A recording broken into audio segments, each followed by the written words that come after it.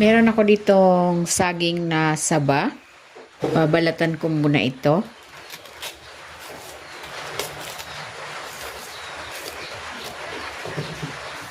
And after mabalatan, hahatiin ko yun. Ganyan lang.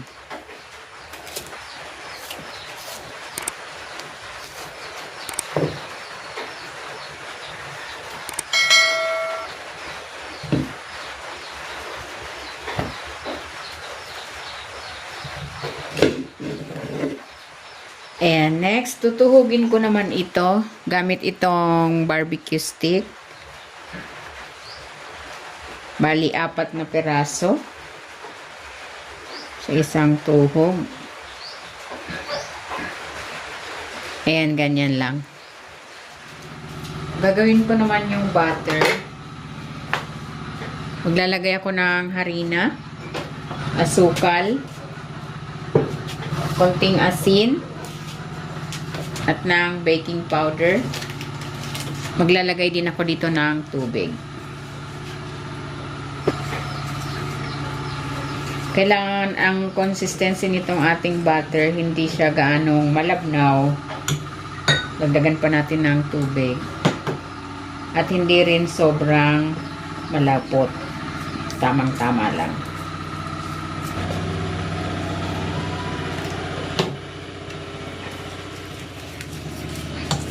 Ayan, okay na yung ganyang consistency. Ididip ko na dito itong ating saging. Ayan, pwede na natin itong iprito.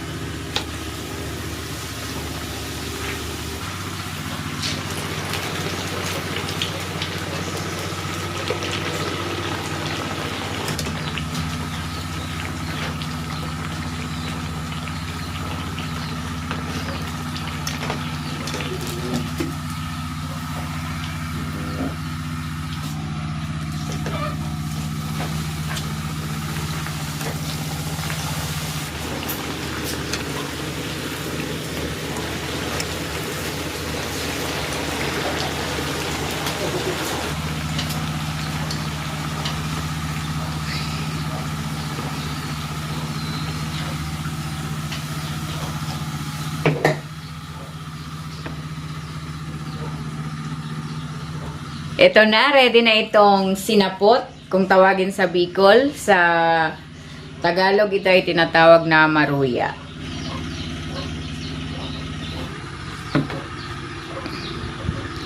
Tikman na natin.